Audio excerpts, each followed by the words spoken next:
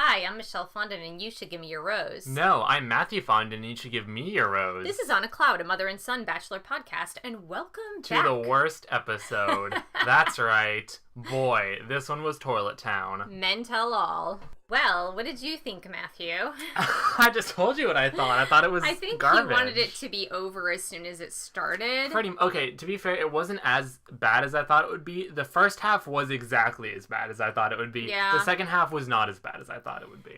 It's a little painful to watch, only in that it's a lot of the garbage that happens during the season, and they tend to exacerbate the garbage a little bit more. My least favorite thing to watch in this show is just the boys being mean to each other and like the weird insufferable gremlins they create just from all the drama and tension in the house. Although there was one big surprise. One of the villains really turned himself around for the camera. I don't know if he had a change in personality. Oh, yeah. But one did. One actually... It is really not uncommon for all the villains to say, I'm sorry I was terrible. Please accept me on Bachelor in Paradise. Not to mention that he didn't really create a whole lot of drama during the episode either. No, he didn't. No, he kept his nose pretty clean during the episode. Yeah, there were some other ones that actually created more drama, which I was surprised at one of them, and we'll talk about this in a minute. But Yep. The episode actually starts with Chris Harrison, my favorite guy, and dad, really, to these men. Yes, correct. And, you know, this is one thing we mentioned in the last episode, is that not all 28 of the men are on Men Tell All. It's only what he calls Bachelor Nation favorites. Yes. There are about, I want to say 15 or 16 of them. Yeah, it's all the men. About that, right? Okay, yes. It's the men who stirred the pot, the men who made it far in the show, and like one or two randos from the first or second episode who don't say anything. Yeah, and I who think there somehow were get pretty three far. of them that were from the first episode only. Yeah, one of the... Okay, oh my gosh. We'll talk about this later. One of them gets into a fight with one of the villains. It's it was just really so strange. weird. So, Chris Harrison first talks about Bachelor in Paradise, and we get an entire 2-minute segment promo for Bachelor in Paradise, which will start on August 7th. Yeah.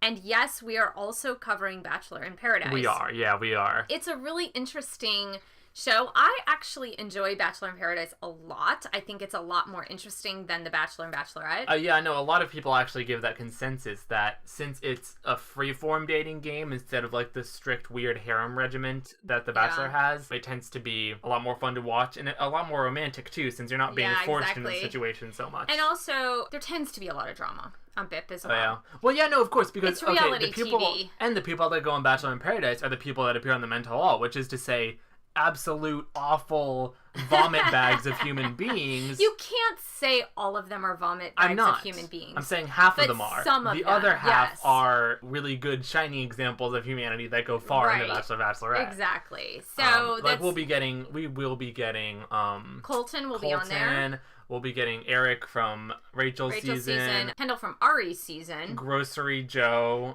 Everyone's favorite, apparently. That is the most bizarre thing. So, after the promo for Bachelor in Paradise, Chris mentioned something about Grocery Joe. But was this after the whole Jordan thing, I think? He maybe didn't come up right away. Yeah, no, I don't think he did. But they do talk about, they promote him in the sense that they say that he only lasted one episode. He was only on the limo exit episode. But apparently people went bonkers bananas for him. And we did talk about Grocery Store Joe. We did during episode 1. We gave him more coverage than the other guys because I also pointed out that I thought he felt more like a person than a lot of the other candidates did. And we find out in this interview that he's very camera shy. Yeah, he's really camera shy. He's probably just like a normal, average person, literally. Yeah, but that's nice. I do feel like it'll bring some fresh air into the setting. It's kind of cute because he almost seems bothered by the attention, but he kind of likes it at the same time. It's really kind of cute. He seems kind of humble, yeah. Yeah, I hope that he doesn't turn into some sort of TV monster on BIP. Yeah, no. The way a lot of them do, right? Well, BIP, I don't find that BIP breeds as many villains, because since they already put people that are established villains on BIP, they don't need more villains to fill the holes, That's true, yeah. Anyways, yeah, do you remember what order we met the boys in? Because I remember they were all on the bench at first, and then Chris Harrison starts to bring them into the hot seat afterwards. Yeah, and so I think that it really started out with Jordan. Yeah, I mean, think it just seemed to... This was the Jordan show, 100%. Jordan really got a whole lot of screen time. And what's really funny is that even though Jordan was a type of villain, and just like I had that reaction to Jordan where I really kind of liked him because he wasn't a villain. Yeah. The audience, oh my gosh. They love Jordan. They absolutely They're adore so into Jordan. Yeah. And Jordan has this charming aspect to himself as well. Like, he's very braggadocious. Yes. He is unapologetic. Yes. He does sort of make fun of the other dudes, or a few of them at least. Oh, he absolutely does. Yeah. Yeah, and he's very much into himself, but I think there are a lot of things that made Jordan appealing in particular. And one of those things is that his anti-villain is a huge, awful rat bag, David. David just sucks straight up. Yeah, he's not fun to watch. He's not sympathetic. He's not there for the right reasons, quote unquote. Mm-hmm. And he's just like, it's like trying to watch a nerd be a bully. Like, it just doesn't work. The thing is that both David and Jordan will be on Bachelor in Paradise. That'll be fun. Yeah. And one person, I don't know if it was Leo, I think it was Leo that pointed out that for Jordan, he never, ever, ever attacked David directly. Most of the season, he was just defending himself against David. That's true. Now, David outrightly just started picking on him. Yes, he did. To be fair, that is not an insane thing to do, is to confront someone and say, hey, you're talking about yourself 24/7. I'm not sure you're here for the Bachelorette. And you're also parading around in your underwear. And we did talk a lot about underwear throughout this episode. Oh, boy, did we. It was all about Jordan and his underwear. Yeah. Since on probably not the first episode, but I think the second episode during a cocktail party, he was parading around in his underwear. Yeah. And then when Becca gave him the golden underpants, he paraded around in his golden underpants. And now, yes, Chris Harrison asks him, do you have them on right now? And no, Jordan, he said, where are those golden underpants? Golden underpants. He says, I'm wearing them right now. And then Chris Harrison says, prove it. He says, prove it. He does. No, I think the boys say prove it. The boys say prove it. So then Chris Harrison stares into the camera like he's on The Office, while Jordan stands up across from him and unbuckles his belt buckle and pulls up the short. No, he doesn't undress. To a sea of screaming women in the audience, all encouraging this. Chris Harrison says, even I don't get paid enough for that, which is very, very funny. It was an extremely choice moment. Now, what did you think of Jordan's time on the hot seat overall, though? I thought it was good. Honestly, really? No, honestly. I like Jordan a lot, and I think what he says is true, honestly. What do you mean? Okay, he is totally self-absorbed. That's like, but he knows it. Yeah, fair. He knows it. He's unapologetic about the fact that he is self-absorbed. I wasn't bothered by Jordan so much. I agree with you. I think Jordan's a good character. I was bothered by the fact that... I was bothered by Colton more than anything else. Yeah, I was bothered by the fact that, like, it was Colton just a shouting match. Colton, like, bowed down in like, a really bad way. Like, he lowered himself with Jordan. I'm talking about the interaction with Jordan. Yeah. Like, he lowered himself to a way that because Colton made it so far in this season... I thought that he should have just taken the higher road and not picked a fight with Jordan. No, I mean, it just didn't make sense. Who cares? And not to mention the fact that, like, any quarrels you start will also be continued on BIP, since they are both also on BIP. Yes. It just seemed like a very weird decision to me that, and you raise a very good point here, Becca obviously cared more about Colton than she did about Jordan. Yeah. To carry Colton so far is kind of indicative of the fact that he shouldn't need to fight the villain because he already won against the villain. Exactly. So I just found that it was really dumb of Colton to, like, pick that fight with Jordan on camera. Yeah. I mean, it just didn't... It lowered my opinion of Colton. I agree. Actually. Well, not, like... Okay, here's the thing. This was just a shouting match. This is why I didn't like Jordan's time on the hot seat, because whenever just Jordan was talking, I was like, ha! Look at this guy. He's great. And Becca says as much, too. She says that... Becca says nothing bad about Jordan. Even after she reviewed the footage, she says nothing bad about him. She said Jordan was one of the most funniest guys she has ever met in her entire life. And she said she loved every second she spent with him because he made her laugh. She said he kept her laughing the entire time. Yeah. She loved Jordan. She's like, I'm a big fan of Jordan. She's like, I like Jordan a lot. She's like, the only thing is I wish I would have gotten to know him on a deeper level. And even Jordan admitted, he said, yeah, with all this drama drama and all this goofiness, I really didn't let Becca start to see my more serious side until it was too late. Yeah. Now, honestly, guys, I don't think I don't think it would have made any difference in the outcome because it is so incredibly clear that Jordan is a talent pick. Yeah. And that he wouldn't have made it that far anyway. He is one that is a breath of fresh air, though, because after Lee, who again had a lot of political undertones, and after, like, Chad, who was borderline physically abusive, after Crystal and Bibiana, who were just obnoxious, grating people. Horrible people. Like, having someone that... I think that when you get a bachelor or bachelorette that spends time with the villain and is like, I'm fine with them. They're funny. They're okay person. Yeah. That's okay. Even if he's narcissistic, even if he's a jerk, he's not an okay He's jerk. not even a jerk. He just kind of, like, defends himself because everybody kind of makes fun of him all the time. Yeah, because Colton rails on him. And then so did David. Not only David, this one nobody from the first episode. What was his name? I don't even know. Kieran or something. Oh, I know. Who was like, you're giving a bad name to models. It was so weird. And like, so it was a guy that Jordan has never met. Never spoken to. No. And all of a sudden, he starts picking on Jordan. Yeah. And I just think that's, I don't know, lacks class. It's unfair. It does. I think it's like, part of it is... Unfortunately, I think Jordan's a huge target, and I feel bad for him. Because, like, I'm thinking that the way he defends himself, I think he was probably a target in school. Like, maybe he was bullied a lot in school. That's very possible. Yeah. That said, though, he does paint a target on his own back with all the things he says. When he's like, I am an alpha male, and none of these other boys can step to me. Right. Or like, I'm the best guy in here. Oh, these other guys know they don't have a candle on me. That's why I gotta talk about me. Yeah. Like, I do think that he's not this sad, lost puppy. No, not at all. He's definitely, like, trying to get people to fight him. Yeah, I think so. We are also creating a Jordan show out of this.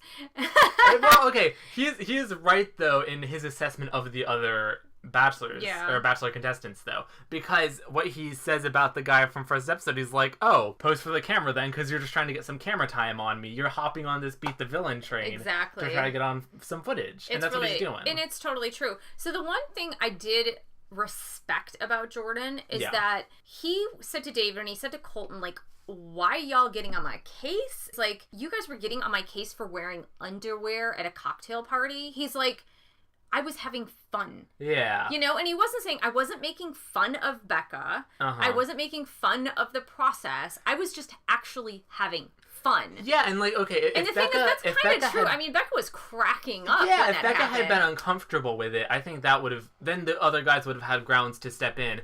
It just seems silly when, like, what Jordan wants to do with his time is make Becca laugh and be a bit goofy. Yeah. I don't think that's an issue. And he did point out that if one of the other boys showed up in underwear, he wouldn't have faulted them for it. Right, exactly. So I think he made a good point. You know, he said, like, dating is supposed to be fun and it's supposed to be lighthearted. Yeah. And you're supposed to make the other person laugh. And so he was like, well, I don't really see the harm in that. Yeah, no, totally. So I thought that was a valid point. Then next to the hot seat, we get probably Jean Blanc.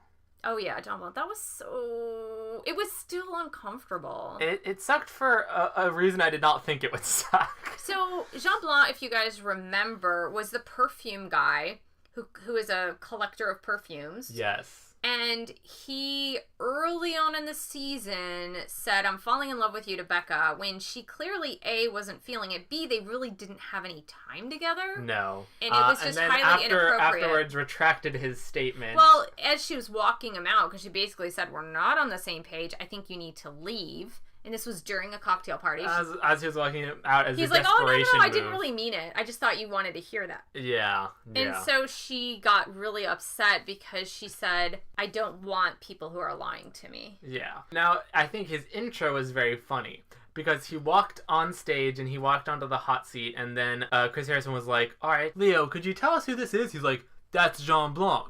That's the guy that ruined my date. I was like, oh yeah, I forgot that Leo had a date after Jean Blanc. And he's like, Becca was not in the headspace. We'd have had an amazing date otherwise. I'm like, you guys shucked clams and sat in a helicopter together. Your date would have sucked either way. Yeah, it was just also, Leo's so nothing. He's so boring. Yeah, I don't know. But it's true that I think Becca was not sad because Jean Blanc left. I think she was sad because she thought, like, what if all these guys are deceiving me just to play the game? Yeah. Now, and she didn't want that. She wanted people who were genuine, so she had some doubts in her mind. Like, who's being genuine and who's being a fake? The boys reflect that in that they attack Jean Blanc instantly, and they're like, no one here is going to believe what you say. Right, because, well, they were just like, you ruined the next day for every one of us. Yeah. And you ruined that cocktail party for every one of us. Because I think Becca called it off after she sent Jean Blanc home. Did she call off the rest of the cocktail party? She did. No one got a rose. He comes up to the hot seat and sits down next to Becca, which he was the only one that got to do that, which I thought was really weird. Yeah, I guess Becca's on by this point. Yeah, so he goes and sits down next to Becca. And so he was the only one. Colton didn't get to sit down in the hot seat next to her. Jordan did. Oh, he got to sit down next to her? I don't think so. He got to talk. Oh, yeah, no. Jean Blanc specifically requested to sit next to her. That's why. I forgot.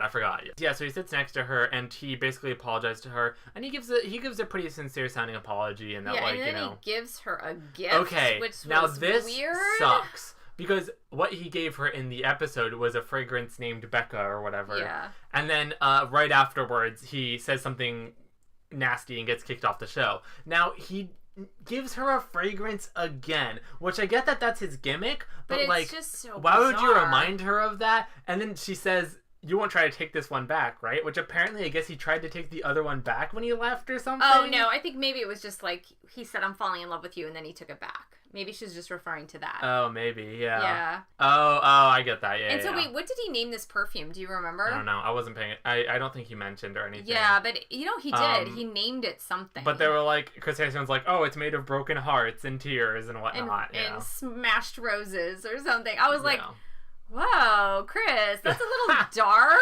Hello? Like, where is that coming from? Chris was actually in an emo grunge rock band back in the 1990s, and Crushed Roses was the name of said band. So, okay, yeah. I don't know. So he said something to her like, oh, do you want to try it on, Becca?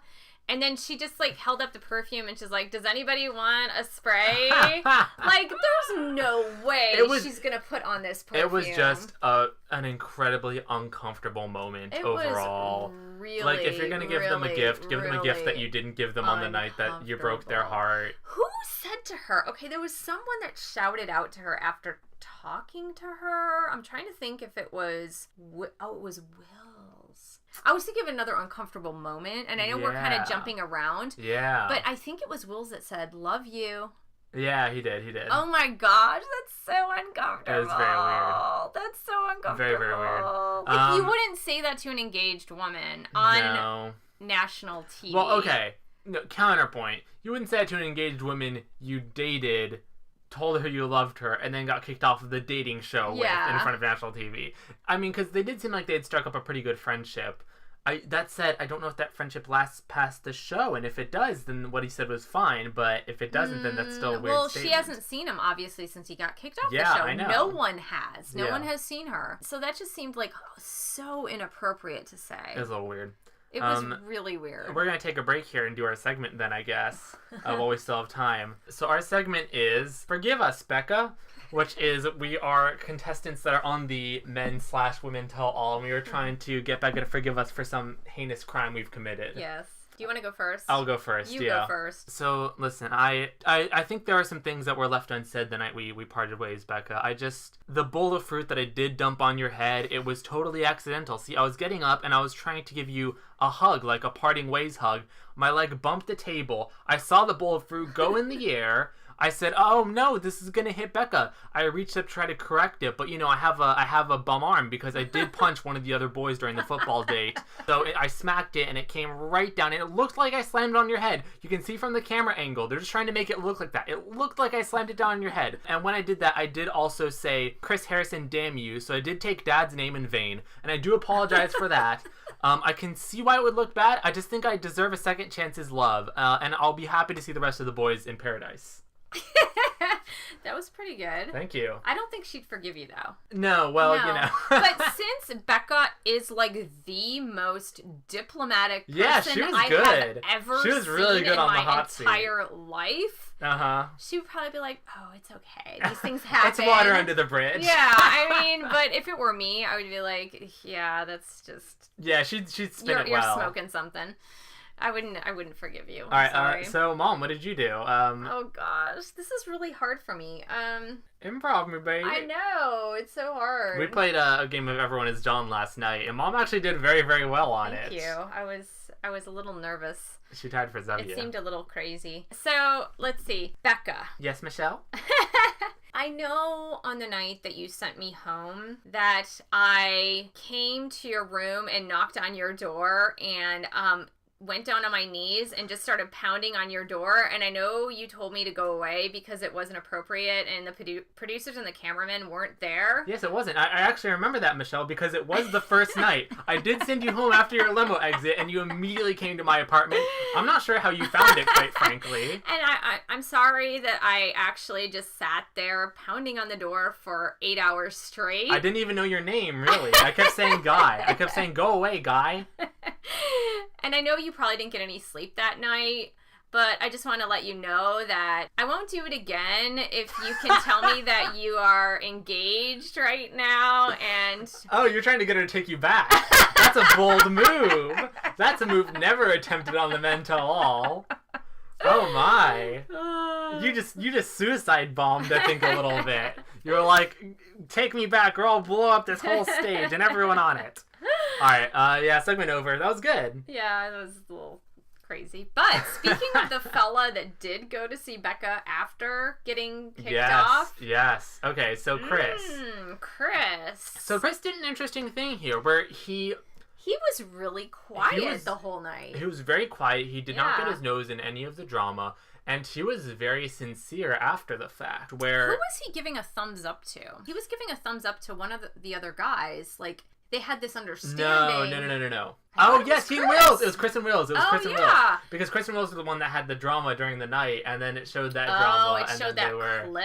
Yes. And they gave each other a thumbs up, like, meaning, you know, they were bros water again. Under the bridge. Yeah, it was like, whoa. It was funny to see, yeah. Chris was super quiet through the whole entire episode, up until the time then Chris Harrison said, "So, Chris. Yeah. Come up to the hot seat." Chris talks to Becca, and he basically says that, you know, I was acting aggressively, and I didn't feel like myself, and it just got very much in my own head, which is what all the boys say. Right. But Chris Harrison was, like, telling him, I think this is before Becca came on stage, but Chris Harrison was saying to him, like, "Chris, what got into you?" And he goes, "I really don't know. Yeah. I don't know what got into me." Which, I think that what he did right was that he pointed out the fault in his behavior, which this is what a lot of villains don't do, is they don't have the self-reflection enough. Because if you look at, like, your Lees and your Crystals and your Bibianas, they're like, what did I do wrong? Why does everyone hate me? Yeah. They're like, no, you're just misinterpreting the signs. Right. I feel like Chris is very upfront about what he did wrong and about how he acted. Yeah. He should probably still see someone for his anger and, issue. you know, and I'm thinking, and I was telling Matt this too, is one thing that we often overlook is that these men on the season of The Bachelorette and then the women in the House of the Bachelor are drinking pretty much 24/7. Yeah. Some people just don't handle alcohol well. No. And so certain personality traits that might be seen as aggressive or mean or angry come out when you have alcohol in your body. Okay, while you are half right, there are a lot of behaviors that are exhibited periodically throughout the entire show. So, for example, Chris acting like a jerk during the cocktail party. Right. Chris then going to Becca's house that night, way later in the night, he probably would have sobered up by then, and knocking on her door and then being just as awful. And also for Chris, it was actually repeated over a couple of episodes. It was. So that's what I'm saying. Is there like, were signs, definitely. That is an easy explanation from the beginning, but when someone acts like that again and again and again... It just, I mean, it felt to me that during the season he was severely mentally unstable. And, you know, yes, he was apologetic this time, and I really respect him for A, apologizing, B, for making light of the situation, kind of making fun of himself, not making light of the situation, but making fun of himself. Yeah. I thought it was really, really good. I agree with Matt that he really probably needs some therapy to get over his processing issues of anger. Like insecurity to a fault, where, you know, he was so nervous about whether or not she'd like him back that he started, like, lashing out at her and the boys all the way until he was sent home. Yeah. Now, speaking of... so he did something funny, though. He did. He brought the... He said something like, I don't know, what was it? Like, Chris sucked or Chris was... What were they saying? He brought out the chorus, I guess. That he brought out the gospel choir. That he brought out, I guess it was him that brought out the first night during the limo exits? Limo exits, yeah. And they're singing, like, Chris went berserk because he didn't get a rose. And it was very funny. Like Chris sucks or something like that. Yeah, something like that. Yeah. But no, it was nice. It was funny. It was kind of lighthearted as an apology. Yeah. Now, there is one candidate we did not see the entire Men Tell All, and that is Lincoln. Because apparently he was being tried for a crime at the beginning of the show. Actually, I think this was something ongoing for a couple of years, but he didn't have sentencing by the time the show started. Yes. And so they do a background check on each of the candidates to make sure that they don't have a criminal background or they haven't been convicted of a sexual crime. Yeah. And I guess they also ask, according to the article, they also ask them on a questionnaire, have you ever been accused, convicted of a felony or a misdemeanor or a sexual crime? And he checkboxed no, which would not have been actually truthful because this case seemed to have been ongoing for about 18 months at the time. Yeah, and it was apparently an assault and battery case, It was assault and battery and I guess sexual assault and battery. Jeez. So he was convicted actually in May, which was, I guess, right after taping or something like that. And then wasn't revealed until the season had already started to air. Oh, okay. So it wasn't until the season had already started. Because they filmed it, I guess they filmed it from March to May or something like that. Yeah, and basically his name is not on the lips of anyone at the Men Tell All because of this. They're just kind of... There was another scandal involving Garrett. Rightfully so, I should say. Yeah, okay, you can talk more about it because I actually haven't read the tabloids as much as you have. I was watching clips of Entertainment Tonight that just came up on my YouTube with Chris Harrison making comments on why Lincoln wasn't at Men Tell All. And as far as Garrett is concerned, there was also a scandal with his Instagram account, which I guess at the beginning of the season was deleted. They were asking something about Garrett as well, and he said, well, what Garrett did was not illegal, what Lincoln did was illegal, and the allegations for Garrett are that on his Instagram account, he was making some... transphobic comments. Yeah, like comments about transgender people, negative comments about transgender people, and also some racist comments. I'm not sure exactly what that entailed, but at the beginning of the season when someone caught on to this, and this was from several years ago apparently, but when somebody caught on to it, that Instagram account was instantly deleted, but it still raises the question in the minds of, I believe, of some of the viewers is just like, oh, is this person genuine? Is this person... Sure. Yeah, and you know, hopefully people change over the years and those comments don't reflect who he is anymore, but that said, from a PR standpoint, there's no way he's becoming The Bachelor after that. Yeah, it's like, I know millennials especially, they've grown up with social media, and a lot of millennials have grown up with social media as being kind of like their open diaries. I mean, in my day we had diaries, so stuff like that was kept private if we had stuff like that. Yeah, I think that's more true of the like early social media, like Facebook and things like that. Now I feel like there's much more of a filter that people need to put on everything because... Well, that's what I'm saying. I'm saying that like, it's like, hello people, if you are a heavy user of social media and you have any negative comments, you need to keep those comments to yourself and not post them on social media because it will come back and bite you in the butt. Yeah. Literally. Yeah, which isn't to say like, you know, hey, if you're racist, as long as you don't say you're racist on a social wall, then you're good. That's more just to say that... Well, it's more to say that, like, obviously, if you, like, let's take, for example, transgender, a lot of people... about 5 or 6 years ago had no idea what transgender was. Right, no, yeah, times change quickly. And of course, like, people who are confused about it might have a phobia against it. Or say something ignorant. Yeah, or say something ignorant about it. No, totally fair. And then they learn about it, they learn actually what it is, and they're like, oh, okay, well, I can accept people like that as they are. You know, I can accept people as they are, but then now the comments are out there and it's too late. Yeah, no, that's fair. You can't take them back. Exactly, yeah. So that's why I said just be really careful what you're posting. So, yeah, with Garrett out of the running for the next Bachelor, let's talk about who the next Bachelor is going to be. And that is Jason, who then gets on the hot seat with Becca. Jason is so adorable. Actually, Jason doesn't even come down, does he? No, he just talks to her, I think. I don't know. He talks to her. Oh, they hug. Oh, they do hug? Yeah, I remember because then they have that like weird scripted exchange and then they share a hug afterwards. Oh, okay. Okay. So he and Becca talk. Basically, he tells Becca that it's kind of water under the bridge, and that he felt like he did everything right in their relationship. Well, so no, he was actually, just more he said he confused. did, but then he also asked her. He and Wills both asked her, yes, what could I have done differently? Uh-huh. And Becca has the same answer for both of them. Yep, which is just like... She says to both Wills and Jason, like, there's nothing you could have done differently. It was just my heart. Yeah, like, you did great, but I was stronger with other boys in the house. Yeah, I mean, it was with somebody else, so... Yeah. Yep. But Jason was so cute. He was saying, like, oh, I really... You're an amazing person, and I just hope we can be friends. Uh-huh. And...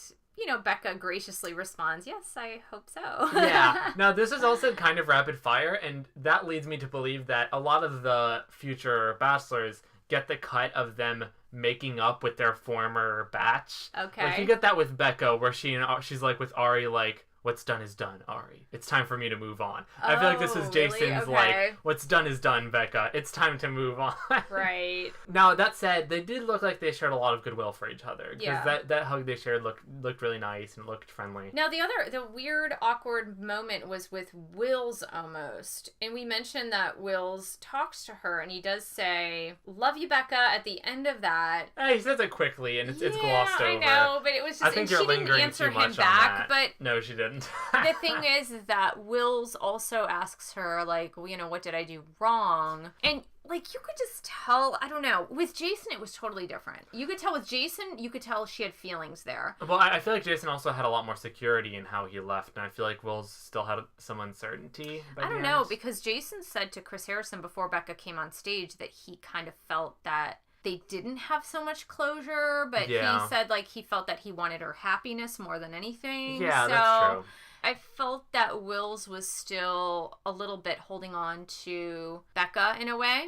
Yeah, I think that's fair to say. And you could almost tell that Becca, it felt almost, with Wills and Becca, it almost felt like we were reliving the moment at which she had to let him go. Yeah. And he was still really holding on to that relationship so much, where she's just like, I think that's fair. But it was sweet. So I think those were two kind of sweet moments with Wills and Jason. I think they were really cute. So then we get bloopers afterwards. Oh my gosh, the bloopers were so cute. They were very funny. They were very really, good. really, really funny. I wish they would just have, like, 10 minutes of bloopers at the end of every episode, because it would just be so worthwhile. Yeah, or like, to wait to the end of the episode to watch them. I think it'd be really funny if they integrated the bloopers into the episode. Yeah. Just like, I get that it might detract from some of the serious of it, but there's one, I think my favorite blooper was just Becca was having this serious one-on-one with the camera. It looked like it was a rose ceremony, and then her stomach growls and she goes, I'm really hungry. Can I get something to eat? And then they give her, like, a Big Mac and a side of fries.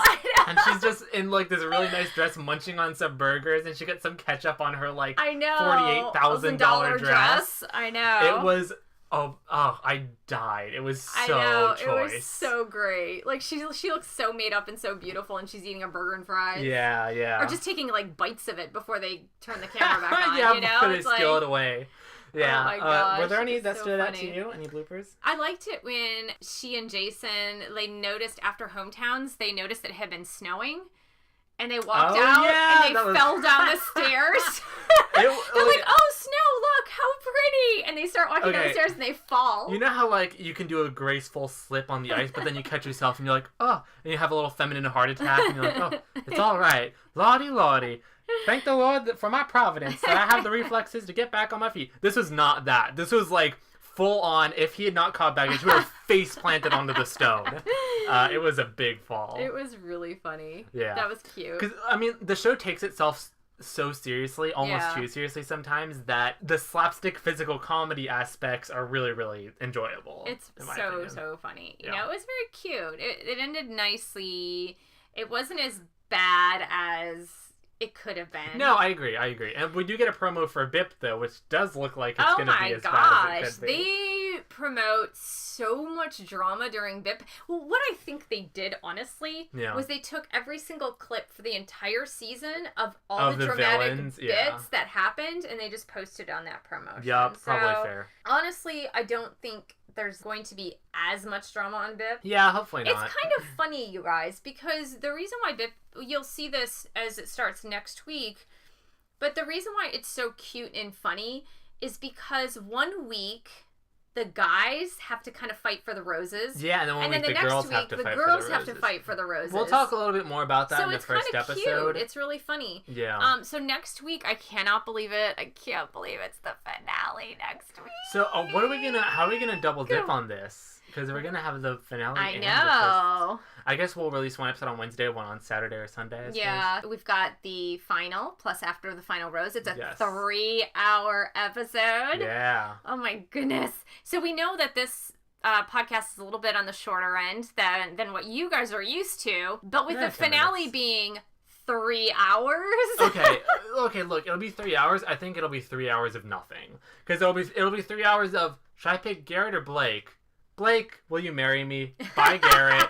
Hi, I just did the last episode in 20 seconds. Yeah, they're going to go to Becca's hometown, which is in blah, blah, blah, blah, blah, Muncie, Minnesota. Indiana.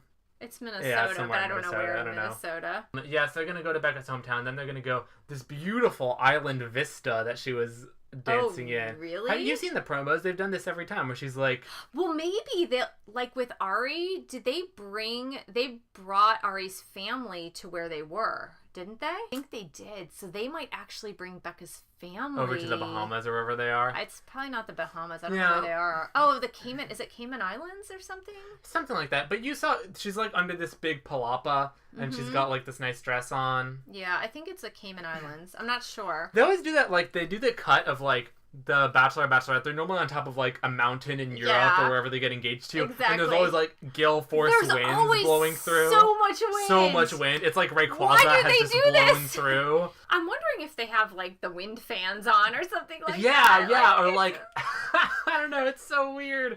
But yeah, well they're always looking like forlorn and blustery and like their hair is getting whipped back and forth. It's so crazy. It's a good look though, because normally they get a gorgeous place for the engagements. Yeah, it's usually really pretty. Yeah, I guess we'll talk about that when the time comes though. Yeah, so until next week. Yep, we do love you.